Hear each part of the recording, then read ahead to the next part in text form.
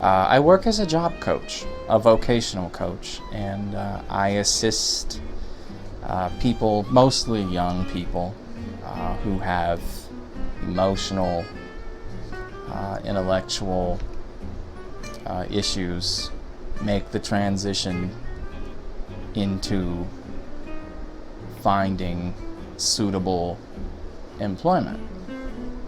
And I'm on the work site with them the whole time. Each person is with me 5 to 10 days.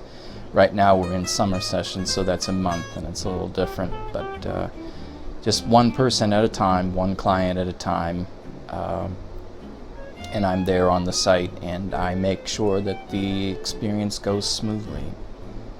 And it's really been an incredible experience so far. I mean, it's not perfect. There's no job that is perfect. But I will say that it probably has allowed me to make a difference more than anything I ever did in my life. And so it's not for everyone, but I find it very fulfilling. 2 clients stand out in my mind. And one of them, I'll call her Maddie. Maddie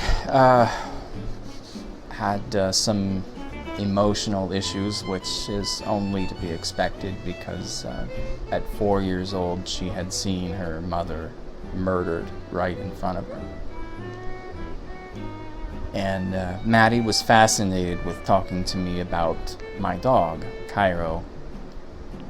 And I swear every day she made some sort of an allusion to meeting Cairo. And I wasn't sure how I could do this because it was really cold, and she was working at a nursing home, and I couldn't bring him into the building. But I thought, I don't know if he can handle being out there in that cold car the whole time, if I should bring him and, let her come out and meet him on break or whatever. But I did it. I found the way to do it. I went out and I kept the car warm enough for him that, he was okay, and it was worth every ounce of the preparation and inconvenience to see her face when she opened the car door when I picked her up and she saw Cairo. I mean, her face just lit. 4th of July. So that's what I'm talking about, making a little bit of a difference. Not much, but just brightening somebody's day, helping them believe in themselves a little bit more, giving them confidence. I do say that I have a pretty good track record.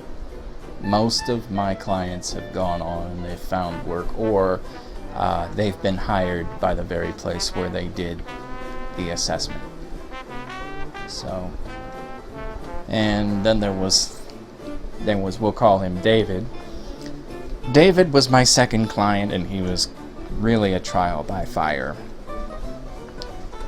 Many reasons for that, but he had the mentality of a stubborn child sometimes, even though he was in his, I think, mid-20s. And this was at a Wendy's. That was where we were working. And David just decided one day he wasn't going to work anymore. He came in on, I think it was the next to last day, and he sat down and he said, "I'm not working today. I'm done." And he just folded his arms and turned his back on me. And I thought, oh, crud, because, this is my second time out. How am I going to deal with this? So, I resorted to a guilt trip. I said, I have to say, it was pretty clever. Pretty clever what I came up with. I told him, one of his things that he needed to do was clean the windows. the windows and the doors as you walk in. And since he hadn't done that, they had fingerprints and stuff all over them. And I said, David, look at those windows. Look at how filthy they are. Do you realize how people are not coming in here like they were earlier because of those filthy windows? Do you realize how much business Wendy's is losing because you have not done your part and cleaned those windows? Look at the people who work here. Think of them, David. Think of their jobs. If people don't come in, they don't buy things, they don't eat, what's gonna happen? The restaurant will close. These people will all lose their jobs. Of course, winter's coming on. They'll be out in the cold, sleeping in alleyways,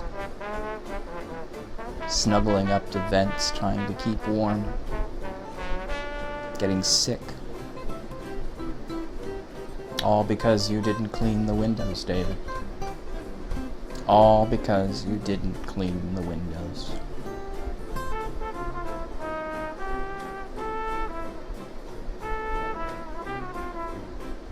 He cleaned the windows. So.